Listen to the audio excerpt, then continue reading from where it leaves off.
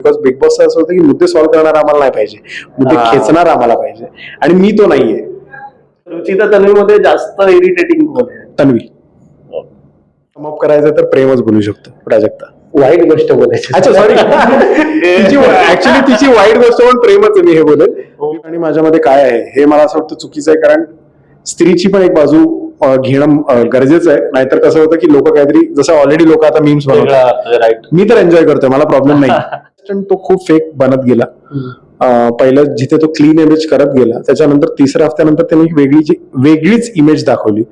बस मला स्वतः बोलायचे की हे करू नका, म्हणजे तुम्ही एंटरटेनमेंटसाठी या गोष्टी करतात, हे करू नका. आणि मी त्याप्रमाणे तसं स्लोली शिकत गेलो. आणि त्याच्या नमस्कार, मी सौरभ क्षीरसागर सिनेसृष्टीमधून, आणि आज आपल्या सोबत आहेत बिग बॉसच्या घरातून नुकतेच बाहेर आलेले करण सोनावणे. हाय करण, कसं आहेस? एक नंबर. मला तुझं नाव पूर्ण ऐकून एकदम शॉक बसला, बिकॉज तुला माहिती आहे का मला माहित नाही, ऑरेंज ज्यूस गँग मध्ये एक सौरभ घाडगे आहे आणि एक श्रवण क्षीरसागर आहे, आणि तुझं दोघांचं नाव मिक्स आहे, सौरभ क्षीरसागर. खूपच छान वाटलंय. हो, तेच कनेक्शन आहे. ऑब्व्हियसली ऑरेंज ज्यूस मधले सर्वांनाच मी, आता हे पर्सनल झालं, पण तुझा पण वन ऑफ द फोकस मंडळ मधला. राईट. Okay, thank you. सो सगळ्यात पहिले जेव्हा तुला कॉल आला बिग बॉसचा, कसं वाटलं? बिग बॉसचा कॉल ऍक्च्युली 3-4 वर्षापासून चालू आहे माझ्याकडे, बट मी काही कामांमुळे मला करता येणार नाही, आणि मी खूप विचार करायचो की मी करू शकतो का नाही, कारण माझं हे स्वप्न नाही बिग बॉस करायचं, बट आईचं स्वप्न होतं, म्हणून मी केलं. आणि मी त्यावेळी विचार केला की नवीन वर्षाची सुरुवात होते तर जरा काहीतरी वाईल्ड करू, काहीतरी चॅलेंजिंग करू, आणि म्हणून केलं. नाही, सर्वांनाच ते शॉकिंग होतं, आणि खरं तर सगळेच खुश झाले होते की कोणतरी एक वेगळा असं आपल्याला मिळतं. आणि गुड. दुसरा प्रश्न असा आहे की जे 5 सीझन ज्या लोकांनी एवढा स्विमिंग पूल वापरला नाही तेवढं तू एकट्याने वापरला, ते काय, म्हणजे तू असं ठरवून आलेलं की स्विमिंग पूल बघून मग तुला असं वाटलं? नाही, मी स्विमिंग पूल बघितलं, आणि मग मी एकही सीझन बघितला नाहीये. मी आयुषला विचारलं त्यावेळी की आयुष, अरे ह्या स्विमिंग पूल मध्ये कोण जातं का रे कधी, कारण मी बिग बॉस जेवढे रील्सवर बघितलं तेवढं मला लक्षात नाही कोण गेलंय. ते म्हणतात कधी कधी जातात रे. तर मी बोला, हा काय खराब असतो काय, म्हणजे फेक बनवलाय का असं? तर बोल नाही चांगलं आहे, बघ ना दिसतंय. म्हणून मी वापरतो ना आता, कोण तर वापरणार, आणि कोणीच वापरला नाही. मी आणि आयुषने जेव्हा कॅप्टन्सी केली त्यावेळी त्यांनी माझ्यावर उडी मारली, बाकी कोणीही वापरला नाही.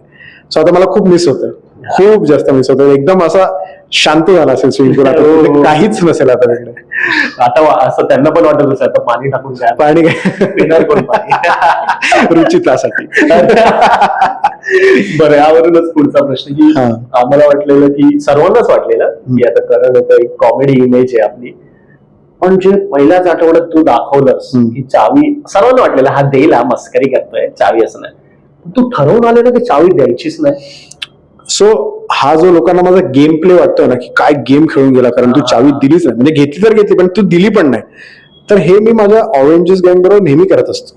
आमच्यामध्ये असे बेट लागतात, मित्रांमध्ये असे बेट लागतात, आणि मी बोलतो आता हे हारला तर हारला तू, पण लोकांना तर असं वाटतं काय गेम खेळून गेला तू. पण माझ्यासाठी तो गेम तेवढा मोठा नव्हता, माझ्यासाठी असं होतं हे नॉर्मल आहे. आता ती माझ्यासमोर रडत होती, त्याच्यात मी तिला हे पण बोललो असतं, हे हाड मला नाही द्यायचे. तर मला तसं वागायचंय, त्याला मला फुल वाकड्यात जायचं तर मी काही करू शकलो असतो, पण मी तिला रिस्पेक्टफुलीच बोलवतो, नको करू, हे नको रडूस ना, चांगलं नाही वाटत आहे असं हे जे तू करतेस ते. पण तिला कळतच नव्हतं, तिला असं वाटत की ही ऑपॉर्च्युनिटी सर्वात मोठी आहे माझ्यासाठी, मग जर चावी नाही भेटली तर माझं काहीतरी वाईट होईल. मी बोललो चावी नाही भेटली तर एक चान्स मिस झालाय तुझा, काहीतरी पुढे चांगलंच होईल, आणि तिचं चांगलंच होतंय आता, असं काही नाही, मी बाहेर येते आत आहे, सो चांगलंच होतंय ऑफकोर्स तिचं. सो ते मला तिला फक्त शॉक द्यायचा होता की लोक इकडची अशी असतात, हे लक्षात ठेव, आणि त्याप्रमाणे तिला चांगलंच त्याचं लेसन भेटलंय. आणि एक्झॅक्टली मला वाटतं या सर्वांनाच ती लर्निंग मिळाली पुढे जाऊन की म्हणजे पॉवर की आपण कशी यूज केली पाहिजे, तुझ्यामुळेच असेल तेच. मग नंतर मग सेकंड वीक पासून फर्स्ट वीक वाटलं की चल भाई करण आहे आता येतोय. सेकंड वीक नंतर थोडा ग्राफ खाली गेला. ओके, मध्ये मध्ये आलास पण थोडा ग्राफ खाली गेला. मग त्याच्याबद्दल जर तू रिव्हिजिट करतोस काय, म्हणजे असं बोलशील त्यावर? आता बाहेर आल्यानंतर मला कळतं, जसं तू पण बोललास की second, third week, fourth week पासून हळूहळू ग्राफ डाऊन जायला लागला. मला माहितीये, प्राजक्ताला माहितीये, सचिनजींना माहितीये की आमचा ग्राफ नेहमी वरती होता, पण तो दाखवला काय नाही आता हे तुम्ही बिग बॉसलाच विचारा. हा सर्वात मोठा प्रश्न आहे. म्हणजे जसं तुम्हाला अनएक्सपेक्टेड आहे माझं बाहेर येणं, तसं अनएक्सपेक्टेड खूप काही गोष्टी जे मला बाहेर येऊन कळतात. सो ते मला कळत नाही ते कोणत्या डिरेक्शनला, आणि ते असं का केलं, बिकॉज मी आज चुका करायचो, मी चुका माझ्या एक्सेप्ट करायचो. बिग बॉस मला स्वतः बोलायचे की हे करू नका, म्हणजे तुम्ही एंटरटेनमेंटसाठी या गोष्टी करतात, हे करू नका. आणि मी त्याप्रमाणे तसं स्लोली शिकत गेलो आणि त्याच्यानंतर वेगळी पर्सनॅलिटी आणत गेलो. बट आज प्रॉब्लेम हाच आहे की आज सगळे खूप फेक पर्सनॅलिटीज घेऊन आलेत. मग रियालिटी शो तो राहत नाहीये, तो रिअल राहत नाहीये.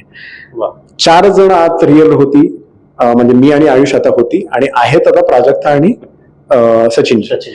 बाकी सगळे एक स्क्रिप्ट डोक्यात घेऊन आलेत जे बिग बॉसने नाही दिले. बिग बॉस अनस्क्रिप्टेड आहे, बट ते घेऊन आलेत की मी असं वागेल, मग अशी दिसेल, मग असं दिसेल, मग व्हिजिबिलिटीसाठी मला आरडाओरडा करावा लागेल, मला हे करावं लागेल, विच इज ग्रेट. गेमसाठी तुम्ही करताय, असाच जर गेम चालतो तर ठीक आहे. बट सॅडली आता तसंच चालू आहे की नेगेटिव्हिटी जास्त विकली जाते आणि पॉझिटिव्हिटी नाही विकली जाते. हे आपल्याला क्लिअर एक्झाम्पल आहे. सर लोकांना जर आवडतंय, मी जर ऍज अ कॉन्टेंट क्रिएटर विचार केला, जर लोकांना ही गोष्ट आवडते, तर मग क्रिएटरची पण चूक नाहीये, लोकांची चूक आहे की तुम्ही काय घेता हे तुम्ही डिसाईड करा ना. तुम्ही मजेसाठी बोलता की मला भांडण बघायचं, मला भांडण बघायचं, पण भांडणामध्ये एक मी जो आहे जिथे मुद्द्यांवर मी बोलायचो आणि मुद्दे सॉल्व्ह करायचो, हे कधीच दाखवलं नाही. बिकॉज बिग बॉस असं होतं की मुद्दे सॉल्व्ह करणार आम्हाला नाही पाहिजे, मुद्दे खेचणार आम्हाला पाहिजे, आणि मी तो नाहीये. नाही, करेक्ट. मग आता यावरूनच एक इमेज होती की आता कंटेंट क्रिएटर आहेस तू, आणि ज्या हिशोबाने लोक तुला फॉलो करतात ना, ते एक इमेज आहे. आणि तीच इमेज आता जेव्हा प्राजक्ता सोबतचं जे रिलेशनशिप आहे त्याला बरेचसे कॉर्नर्स आले, म्हणजे नक्की हे काय भाऊ बहीण आहे की एक्झॅक्ट काय रिलेशनशिप. अँड अगेन जसं मी बोललो की कंटेंट क्रिएटर म्हणून तुला ओळखतात, तूच स्पष्ट कर की म्हणजे नक्की काय तुमचं रिलेशनशिप तिथे होतं. बिग बॉसच्या घरात गेल्यानंतर पहिले 5 दिवसात मी एवढं ऐकलंय ना की तू माझ्या भावासारखा आहे, तू माझ्या बहिणीसारखा आहे. मी बोललो हे फेक रिलेशन का बनवतात तिकडे. आणि मी किती मुलींना बोललो की मुद्दा म्हणून करू नका, की तुम्हाला ते बोलतात ना की भाऊ आहेस आता, मग तू विचार कर भाऊ आहेस आता, तसा विचार नको करूस.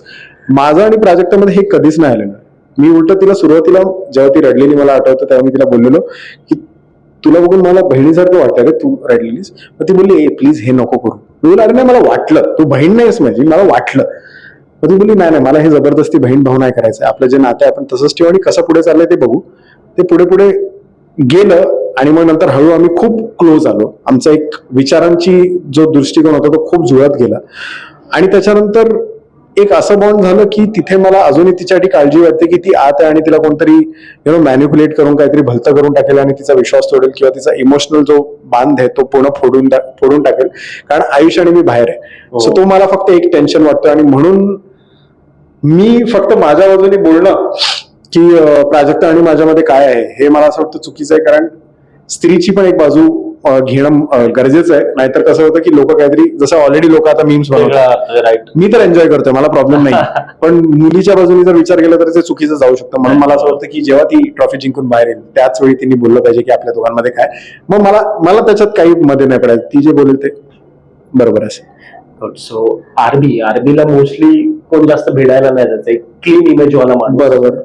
टोळी शिवाय किंवा विशाल तर पहिल्या दिवशीपासूनच घेऊन. बरोबर. पण त्या व्यतिरिक्त तू आणि आयुष, तुम्ही थोडे क्रॉस केले त्याला लास्ट आयुष. हा तू आणि आयुष लास्टला बोलली की भाई तुझं पण काहीतरी मत आहे. इव्हन आयुष तर सर वगैरे पण बोलायचं.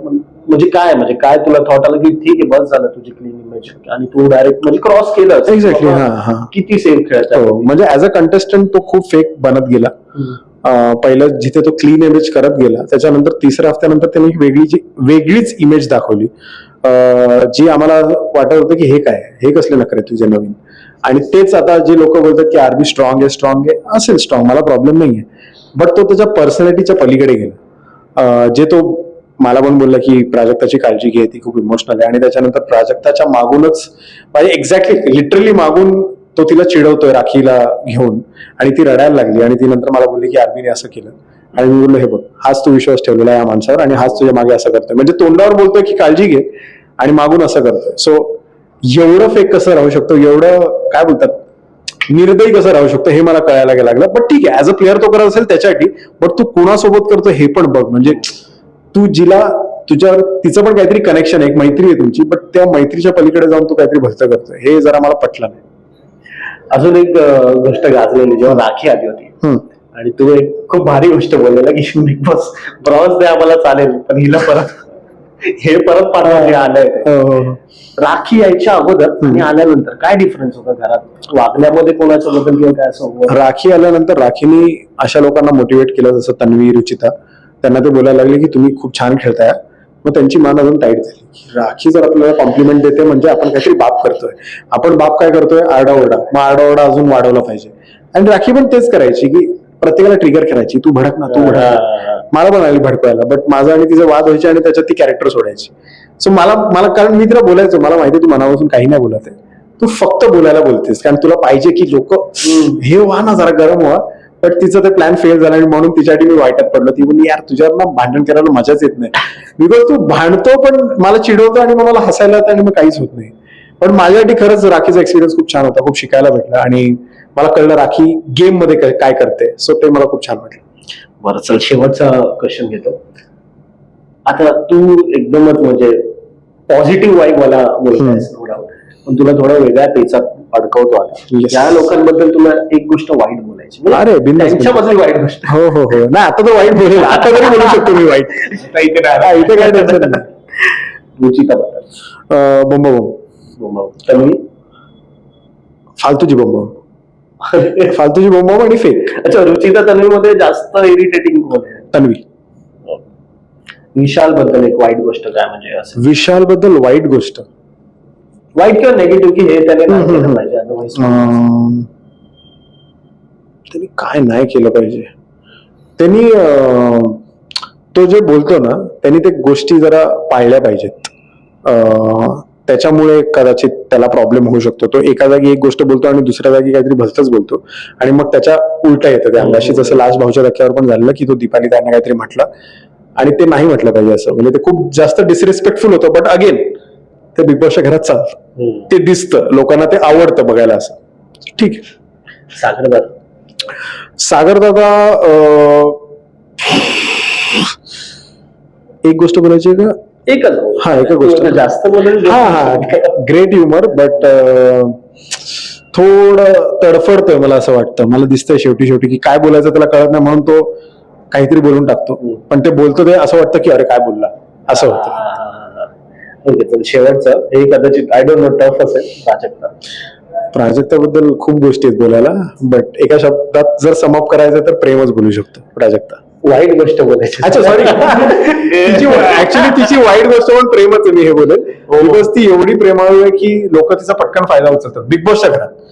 बाहेरच्या जीवनात ऑफकोर्स तिची जी पॉझिटिव्हिटी आहे मी समजू शकतो ती कशी आहे, बट वाईटात पण तिच्यासाठी तेच जाऊ शकतं. कारण आतली लोक गोड बोलायला, प्रेमाला काही व्हॅल्यू नाही करत, ते सगळे पाडतात. सो ते खूप निगेटिव्ह जाऊ शकतं तिच्यासाठी आणि ही वाईट गोष्ट आहे बिग बॉसच्या घरात.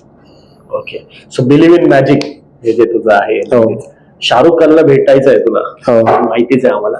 त्या व्यतिरिक्त आता पुढचं काय लिस्टमध्ये मी ऍक्च्युली जसं बोललो ना, बिग बॉस लिस्टमध्ये नव्हतं, हे पडलं पदरात. सो मी 5 वर्षापासून काही गोष्टी प्लॅन नाही करत आहेत. मी शाहरुख खानचा पण प्लॅन नाही करत आहे की मला जाऊन कुठून तरी भेटला पाहिजे तो, कारण खूप ऑपॉर्च्युनिटीज आले जिथे भेटायचा चान्स होता, बट मी बोललो की असं नाही भेटायचं. त्यांनी ओळखलं पाहिजे की मी कोण आहे, माझ्या कामाने त्यांनी मला ओळखलं पाहिजे. सो त्याप्रमाणे भेटायचं. सो कधीतरी ती वेळ येईल, म्हणून मी प्लॅन नाही करत की आता पुढे काय, आता पुढे काय, आता पुढे काय. काम फक्त करत राहायचंय आणि मग तसं आपल्याला रिटर्न्स भेटत जातील लोकांकडून. आपल्या जे आपण जे काम करतो त्याला एकनिष्ठ राहिलो तर रिप्लाय तसा छान भेटतो, हे मला कळून आलेलं. थँक्यू सो मच करण आमच्याशी बोलल्याबद्दल. जाता जाता आमच्या प्रेक्षकांना काय सांगशील? प्लीज या चॅनलला पहिली गोष्ट सबस्क्राईब करा, फॉलो करा, लाईक करा, शेअर करा, कॉमेंट करा. आणि एक गोष्ट मी तुम्हाला सांगतो की ज्या गोष्टी तुम्ही कन्झ्युम करताय ना इंटरनेटवर, तर ते माझा कॉन्टेंट असेल किंवा कोणाचाही कॉन्टेंट असेल, आपण त्याला नंतर बोलतो की हे फालतू आहे रे, हे फालतू आहे रे, हे काय असं काय, पण आपण ते शेअर करतो. जर तुम्हाला ते आवडत नाही तर तुम्ही शेअर का करताय, म्हणजे तुम्ही शेअर करून त्यांची विजिबिलिटी वाढवताय. बिग बॉस पण तसाच आहे. जर तुम्ही नेगेटिव्हिटी कन्झ्युम केली तर ऑफकोर्स तुम्हाला नेगेटिव्हिटी दिली जाणार, बट जर तुम्ही पॉझिटिव्हिटी कन्झ्युम करताय तर तुम्हाला ते दाखवलं जाणार. सो मेकर्सची किंवा कोणाचीच ह्याच्यात काही चूक नाहीये. चूक मला असं वाटतं आपल्या लोकांची, आपणच चूक आहोत. आपण जे कन्झ्युम करतोय ते आपण ठरवलं पाहिजे, आपण काय कन्झ्युम केलं पाहिजे. जर नेगेटिव्हिटी विकली जाते तर ती विकली जाणार. डिमांड आणि सप्लायचा गेम आहे. सो असं मला वाटतं. That's it. Thank you so much. धन्यवाद. थँक्यू.